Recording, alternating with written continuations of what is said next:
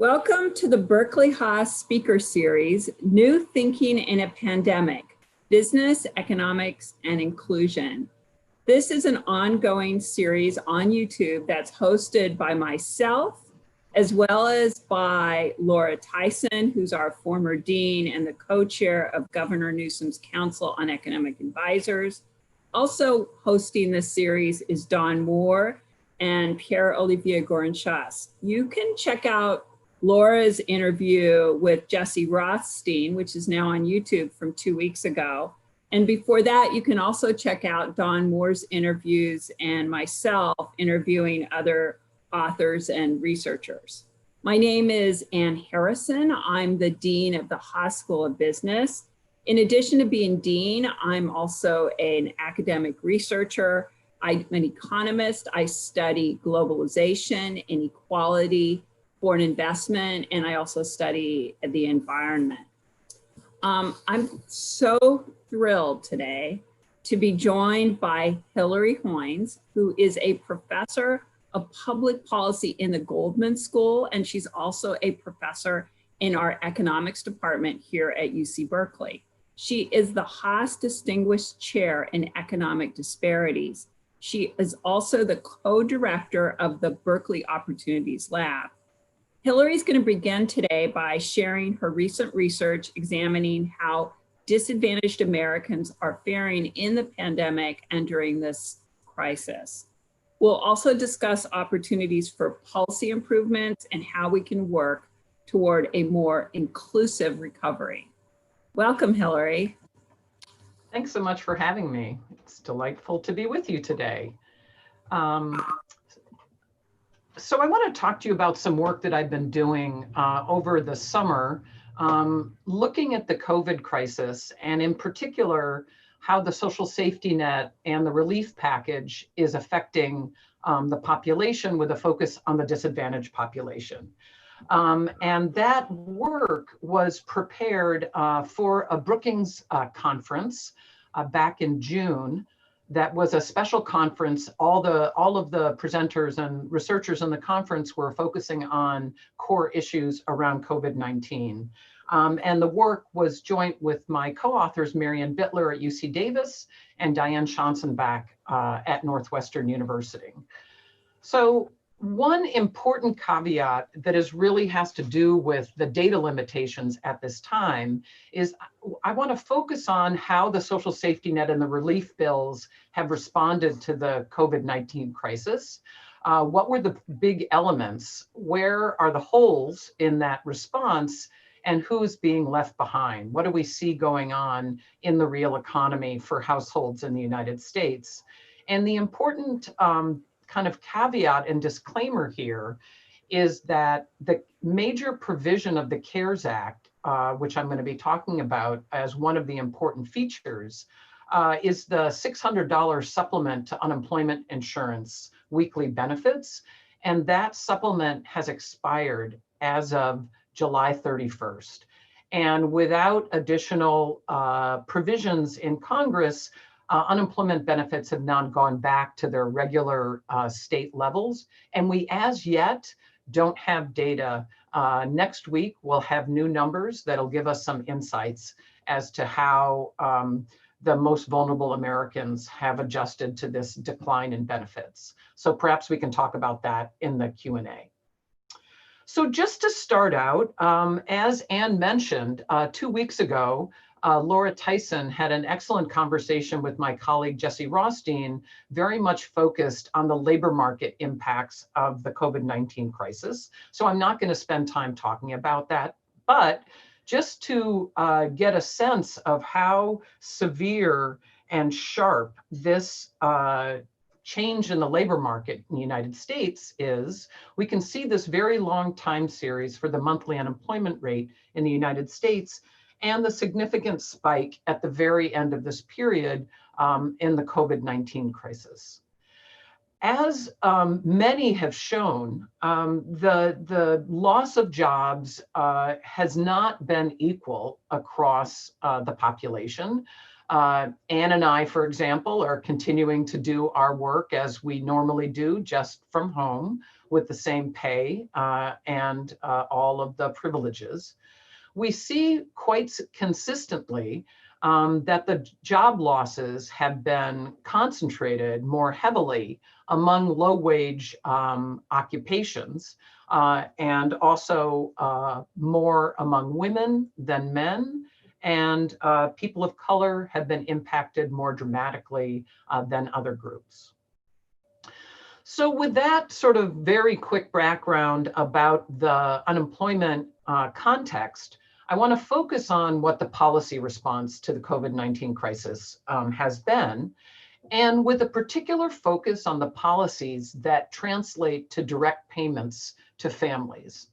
And there have been 4 components that are central in the policy response. And these were included in 2 acts that were passed by Congress and signed by the president, both in March of 2020. One called the Families First Coronavirus Act, and the other called the CARES Act.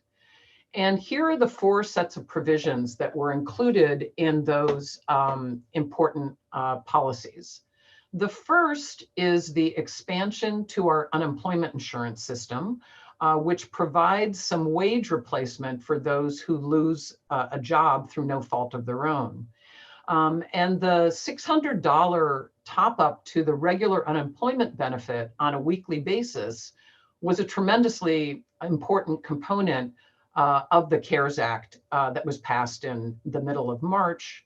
In addition, there were some important expansions to the unemployment insurance system beyond this increase in benefits, both expanding unemployment insurance to self-employed gig economy workers who had not previously been eligible for unemployment insurance. Also, there was a relaxation of some of the work requirements in terms of how many weeks had you been with the employer, how much earnings did you have per month, per quarter, that were also loosened in order to provide more eligibility for unemployment. The second component is the emergency impact payment, sometimes called the stimulus.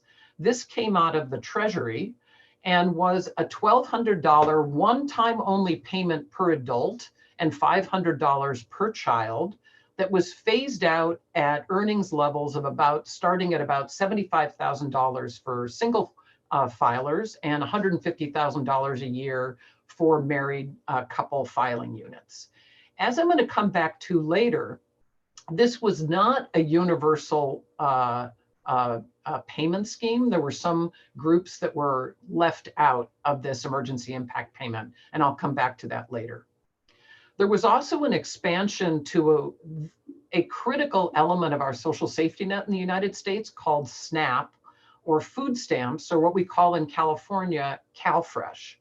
And this is a program that allows low-income Americans to have on a debit card resources that allow them to purchase food at the grocery store in a very unconstrained way. And the policy response here was to raise the SNAP benefit for all recipients in the United States who were not already receiving the maximum benefit payment for their family size. And this averaged out at being worth about $160 per month. Finally, a very unusual feature of this dramatic recession was, of course, us all having to shelter in place, which included the closing of schools back in March. About 30 million children a day receive meals at school through free and reduced price lunch programs, and increasingly, many also receiving breakfast at school. So a very unusual and critical element of this pandemic and economic crisis is the loss of work and earnings at the same time that families also experienced a loss of access to food for their children who were school age. So the USDA included a kind of conversion program that allowed households to get the cash equivalent value of what the state would be paid for those school lunches which work out to be about $120 per month per child, that would be distributed via debit cards to families. And this is known as the Pandemic EBT program. So those are the four main provisions that are, there are many other things such as the Small Business PPP program and so on, but I'm focusing on the sort of direct payments to households. So this graph here gives you an idea of how much we spent on these four programs. And this comes from weekly or daily Treasury statements that come out of the US Treasury. And I've binned these up to show the total spending by week across these four programs. The way the data is released, the USDA programs are all in one bucket. So the SNAP and PEBT program are in one category in this graph. So what you can see is that the unemployment insurance expansions, which are the orange parts of the bar, are very large. The economic impact payments also very large, and I'll come back to this element of the chart that shows a very large increase in these economic impact payments. That's when Treasury pushed out a direct deposit in 1 week to all previous filers who had given their banking information to Treasury. You can barely see the purple part of the bar. You can start to just show up in the later part of the period. That gives you a sense of how small the SNAP expansions and PEBTs are relative to these other parts of the relief package. So overall, we've spent about $600 billion on these four programs through the end of July.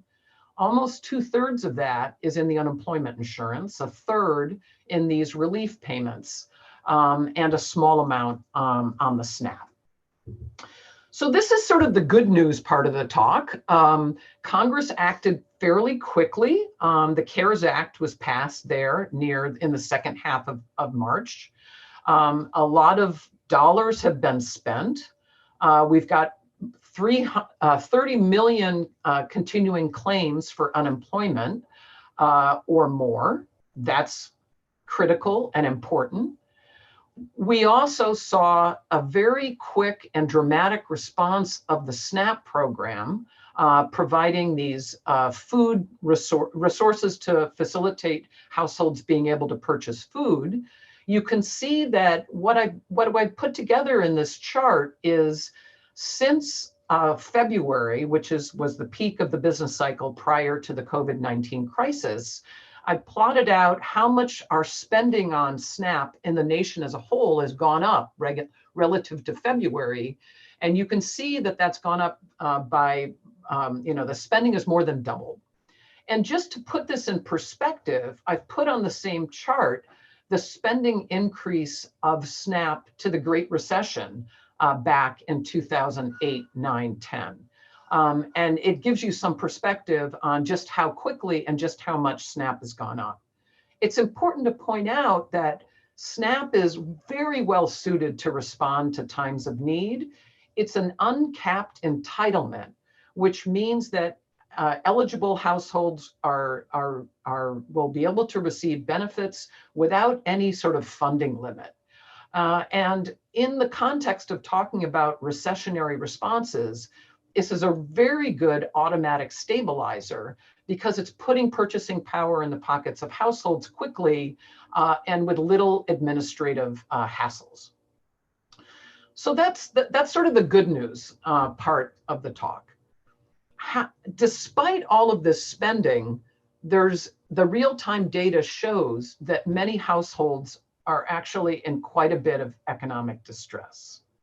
So there was just a news story that I just got pushed out to my phone from the New York Times earlier this morning, talking about the hunger crisis and food insecurity crisis in the United States.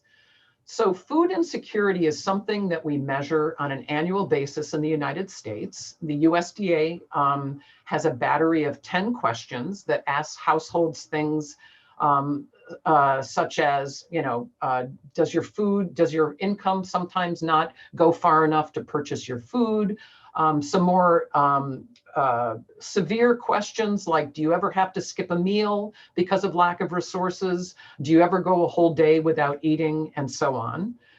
Those historical values of food insecurity in the United States are plotted in the solid lines using data from the National Health Interview Survey through 2018. That's our most recent historical data on food insecurity in the United States. Over the COVID crisis period, there are two new surveys that are in the field providing real-time data. The COVID impact survey was available first, and then followed by the Census Pulse survey. In both of those surveys, they asked about food insecurity, and I put here on the slide the exact question that was included in the survey. Over the past 30 days, it was sometimes or often the case that my food just didn't last and didn't have enough money to get more. And what you can see is that food insecurity has just absolutely spiked in the United States in a way that we've never seen before. And if you were to look at this data further back than 2011 to include the Great Recession period, you would see a modest increase in food insecurity of a couple of percentage points, nothing like the increase that we see today. Households with children tend to have elevated rates of food insecurity compared to other groups. They also have higher rates of poverty overall. And quite dramatically, you see the increase in food insecurity much more significantly for households with children, and almost tripling of the food insecurity rate in the United States. And if the food insecurity rate is related to the unemployment rate in the data, and about half of this increase you could sort of explain by predicted historical relationship between food insecurity and unemployment. Of course, the unemployment rate we see today is a very large compared to the historical comparisons. In addition to these very elevated rates of food insecurity, I'm sure many of the viewers of this talk have seen the reporting on the dramatic amount of demand for food pantries in the United States, with parking lots and roads full of cars, one after the other, waiting in line for food pantries. Well, we have data on that from several different sources that are confirming this increased need that we see in the food insecurity.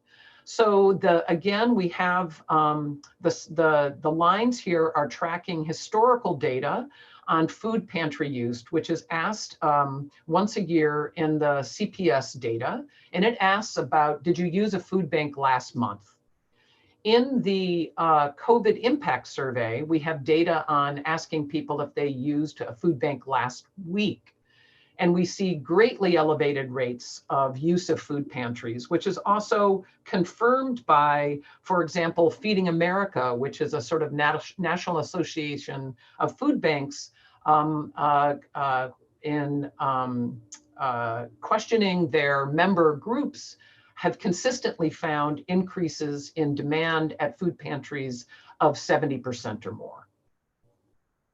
So we've spent a lot of money. It was a very significant relief package. The question is, why do we see so much distress, even with this dramatic policy change? And so we dug into this, and we conclude that there are three reasons why we see so much need despite the spending. The first has to do with timing. Payments were delayed in many of the programs. And I'll show you some data on that. Second, outside of the unemployment insurance increase of that $600 per week, the benefit increases are fairly modest, such as you saw on those daily Treasury reports. And then third, the policies were incomplete. There are holes in eligibility. There are consistent disparities in participation in these programs. And with some data that we have available for the crisis period, we're seeing those same disparities reflected in the real-time data. So let me just give you a little bit of a sense of the data behind these statements. So with respect to the timing of payments, there are many things that we see going on. Some of it has to do with new programs. The pandemic EBT program was a new program. It takes time to get those things rolled out. The expansion of unemployment to include gig economy and self-employed workers creates an administrative structure that states haven't had to grapple with before. That's going to take time. We see that reflected in the data. In addition, this dramatic recession led to real stresses on state systems. Some states seem to do better in the face of that increased demand than others. We have evidence that some states have really disinvested in their infrastructure, and that seems to be reflected in real challenges, both in terms of online problems, people calling in, and real clogging of the system with respect to getting out benefits that, say, in the unemployment insurance system. And then in addition, there are certain elements of the process that tend to be more salient for disadvantaged families, whereby administrative requirements that are baked into the system slow down the process of delivery. So many people are focused on the fact that this unemployment insurance expansion was very significant, $600 per week. Why should we be worried if this, in the face of such a significant unemployment insurance expansion? Well, it turns out that not everybody is getting unemployment insurance. And so this chart here calculates, to the best of our ability with the real-time data, to calculate the share of the unemployed who are actually receiving unemployment insurance. And you can see that that red line has increased over time, month to month to month, since the pandemic, but we're still not at all unemployed individuals receiving unemployment insurance. And the pandemic, the new self-employed program was particularly slow to roll out. Just to give you a couple of examples, California was one of the first states to get our pandemic gig economy worker unemployment system out, and we had checks coming out by the end of April. That's 6 weeks into the crisis. And if a household doesn't have a lot of safety net, doesn't have a lot of savings, that's a long time to wait. Other states didn't get their systems in place till a month or 6 weeks later than that. So there's delays. Second of all, there are also delays in terms of the economic impact payments, the stimulus package that came out of the Treasury.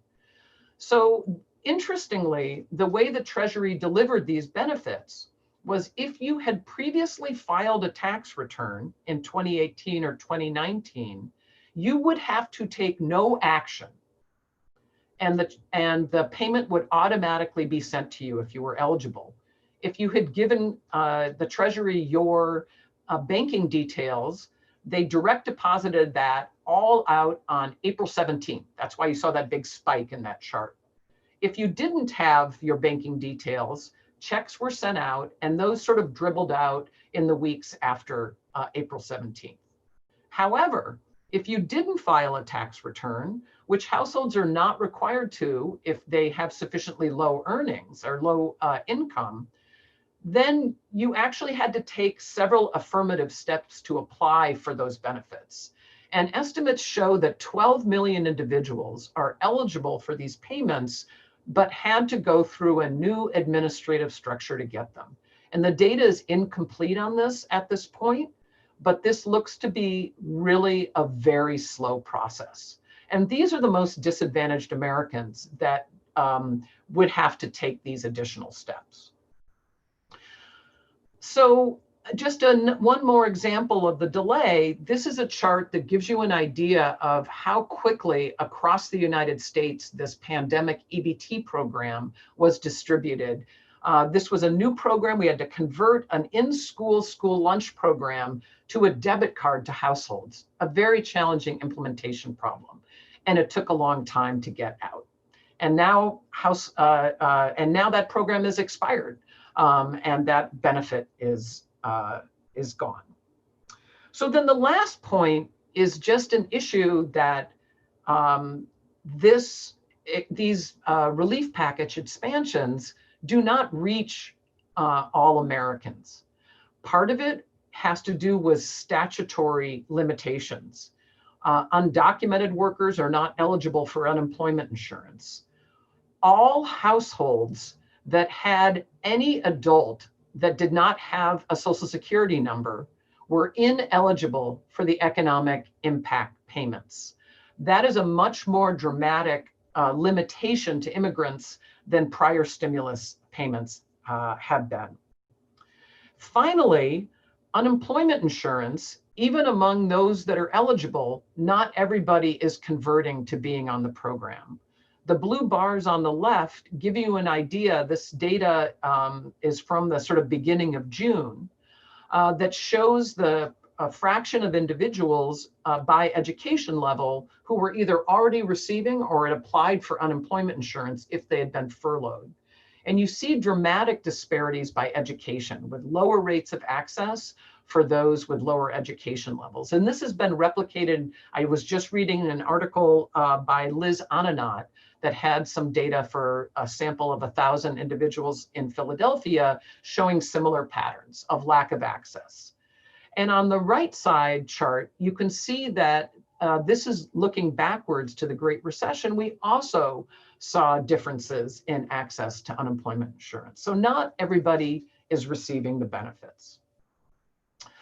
So let me just kind of close by saying that this is not just a crisis for right now. We've got a growing amount of evidence that when children don't have access to resources and nutrition in childhood, that leads to long-run impacts on their economic and health outcomes in adulthood. So the concern here is that the negative impacts of this crisis could actually be quite long-lasting. And then the other context that's important for these findings that perhaps we can talk about more is that behind this relief package is a social safety net in the United States that's really quite weak. The regular unemployment program is not very generous in many states, with average replacement rates of less than 50% in many states. And the rest of the social safety net in the United States has been moving more and more over time towards conditionality, requiring work in order to receive benefits. And that may work semi-adequately in a time of available jobs, but does not work well in the context of little work such as we have today. So I look forward to the questions, and please send them in via YouTube. Thank you. Thank you so much. Maybe we can go back. Oh, we can move away from sharing. Oh, thank you so much. Thanks so much, Hilary. We so appreciate you taking the time to present this really important work. I have some questions until we hear from our audience. You wrote a very highly cited article called Who Suffers During Recessions? And that focused on this recession of 2007, 2008. And I was just curious, how is this crisis different in terms of its magnitude, who is actually suffering? So in that work, what we found is that a consistent feature across recessions going back to the early 80s. So we looked at data from 1979 through the Great Recession.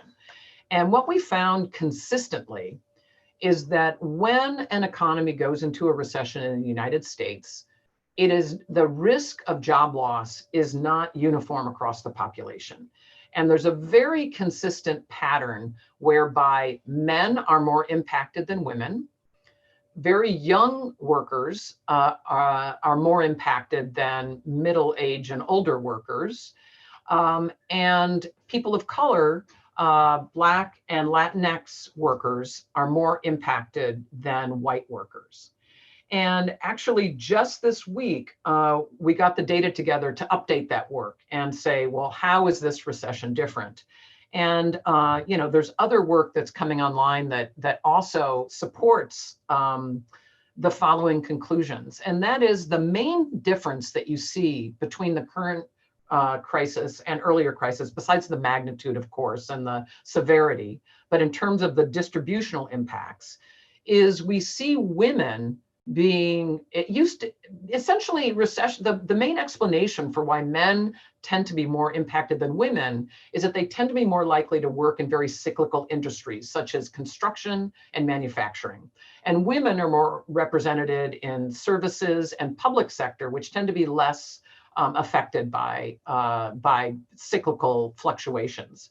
This recession, of course, is very different. And the focus on in-person restaurants, hospitality, really, and the care industry is much more female focused. And so that's one very clear difference in the current crisis. I see. So you're saying that women are much more affected in this crisis. In the previous one, it was primarily men. So, right. I mean, just looking ahead, do you see that a lot of the gains we've made in terms of more equality in the workforce disappearing? If you're a woman watching this program, do you have any words of wisdom? What do you think? Well, I think that what really concerns me is the sort of perfect storm of both who is impacted and who originally lost work. That was more female than it had been in the past. And I think back, if we were talking in April, we would probably be saying that if we can just get this under control, this will be short-lived and those jobs will still be there. Now, a lot of the temporary layoffs are now moving more and more towards concerns about permanent layoffs. But the layer on top of the job market, of the labor market piece, is the children piece. At home, going to school remotely. Kids can't, young children in particular are not able to do that on their own. So what we're starting evidence of is women moving out of the labor force in order to have to be doing the work in home. And I think the real question is, what economic side of this? And I think that that's a big unknown. Okay, thank you. So that is of concern. I have a question. You're showing us that despite this big policy response from the government, what we're seeing is just unheard of negative consequences, and even those 600 billion have not been enough to really compensate. A lot of people aren't taking unemployment insurance. In fact, your numbers suggest less than 50% of people who are eligible are actually using it. Why do you think that's the case, that the take-up of unemployment insurance is so low? Well, I think at this point, I can give you what is my best sort of sense of this. The research on this, I think, is still coming online. But we tend to see a very common pattern with unemployment insurance that more skilled workers tend to be more likely to get unemployment than less skilled workers. In the current crisis, there's a lot of qualitative evidence that this has to do in part with possibly the digital divide playing a role, and the real congestion in calling up the unemployment insurance office. And what you tend to see is a lot of variation across states in the extent to which the system is clogged. And in some states, for example, there was reporting out in Florida, just give you one example. So there's this new program to provide unemployment insurance benefits to gig economy and self-employed workers. That was this new program, the PUA program. In some states, and it was reported in Florida as an example, they required individuals to apply for regular unemployment, be rejected before they would accept their application for the PUA. And you could imagine how, just try to navigate that. And you get this rejection. Do you know that that means you're supposed to apply for the program that is now new? That's just one example. And there's hundreds of these examples out there. And I think the real question is, how do these administrative hurdles play out in different populations? I see. So a lot of the administrative hurdles are just playing out in a way that they exacerbate inequality. So I have a question here about, to further that question, from Don Moore. Don Moore is asking, can you comment on the likely impact on wealth inequality, not just income inequality, of the current economic crisis? And I'll add another question, which might be related. So there's a question from Pierre Briskin. What is on your policy wish list for the next administration? He actually wrote for a potential Biden administration, but I'll be inclusive and say, whoever becomes our next president, what would be on your policy wish list for them? So two questions: wealth inequality and policy wish list. So let's take those one at a time. With the wealth inequality, I think that all you need to know is to look at the difference between how things are playing out in financial markets right now and how things are playing out on Main Street, such as the data that I've been showing. It turns out that it's a quite common pattern that earners at the very top, at the inequality actually sort of increases because wealth tends to grow at the very top in recessions. And I think we're seeing that now. So I think it remains to be seen what is going to happen to wealth for the bottom half of the population, under which most people's wealth for people below the median is in their homes. And the question is this going to turn into a foreclosure crisis? And are people going to lose a lot of wealth in their homes as things progress in this crisis? So I think there's no doubt that as of right at this moment, wealth inequality has gone up, primarily from most of the population having no change, and the very top of the distribution, wealth having increased.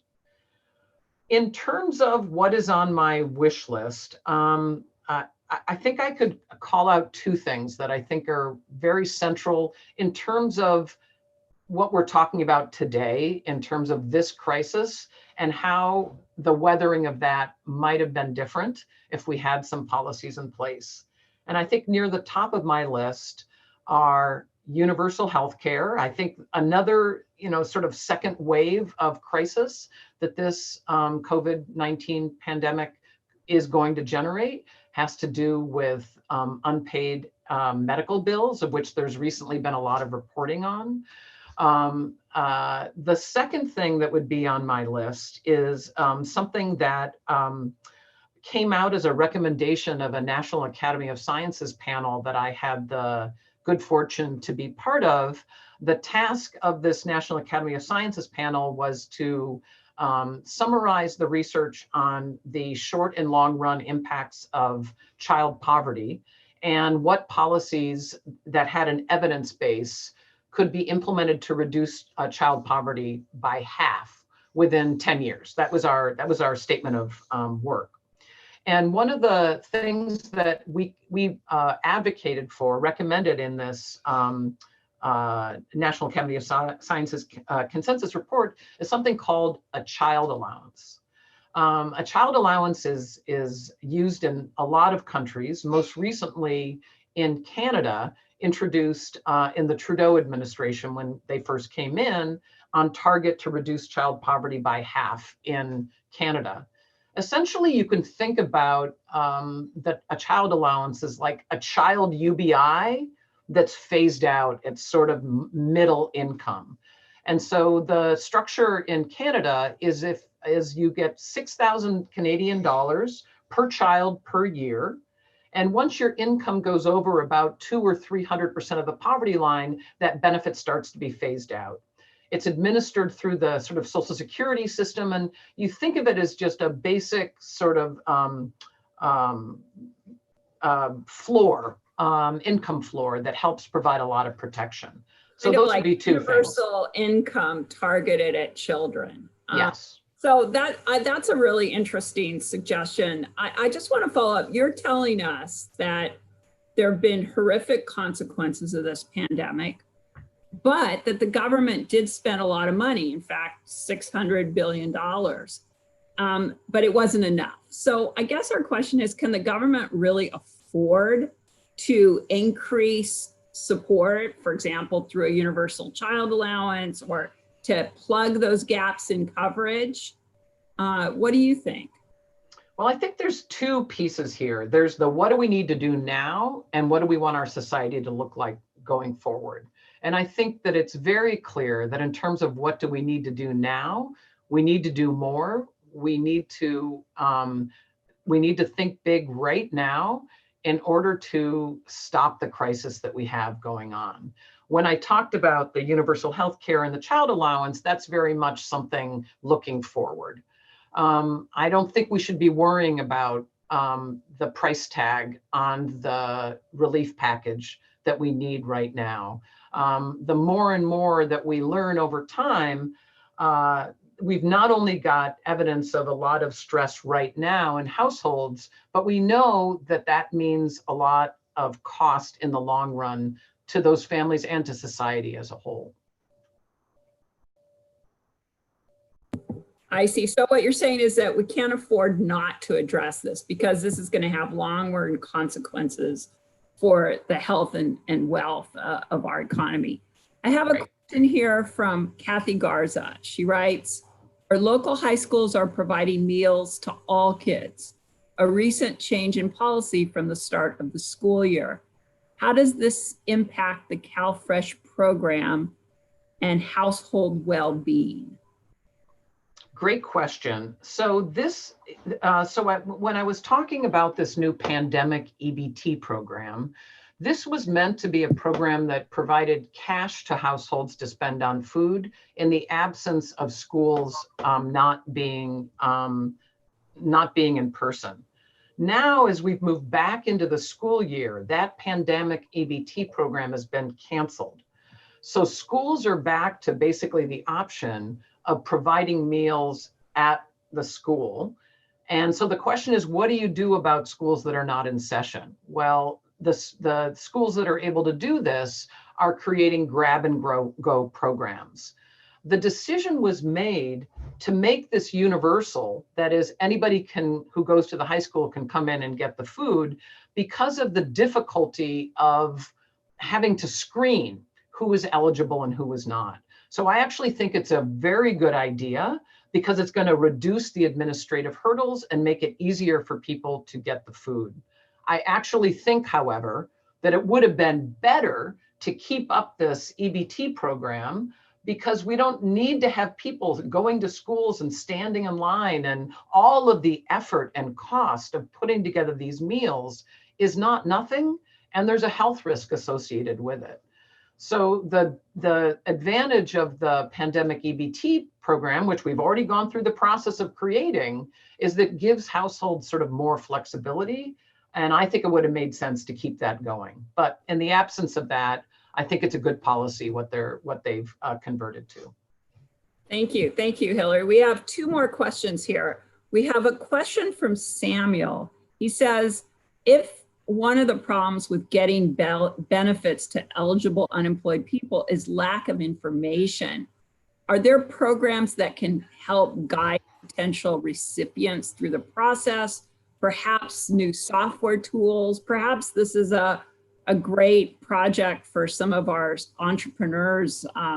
So that's the first question. We have another, we don't have a lot of time left, so this might be the last two questions. We have another question from Don Moore, which is, do you have any ideas how we ought to pay for all the additional government expenditures during this crisis?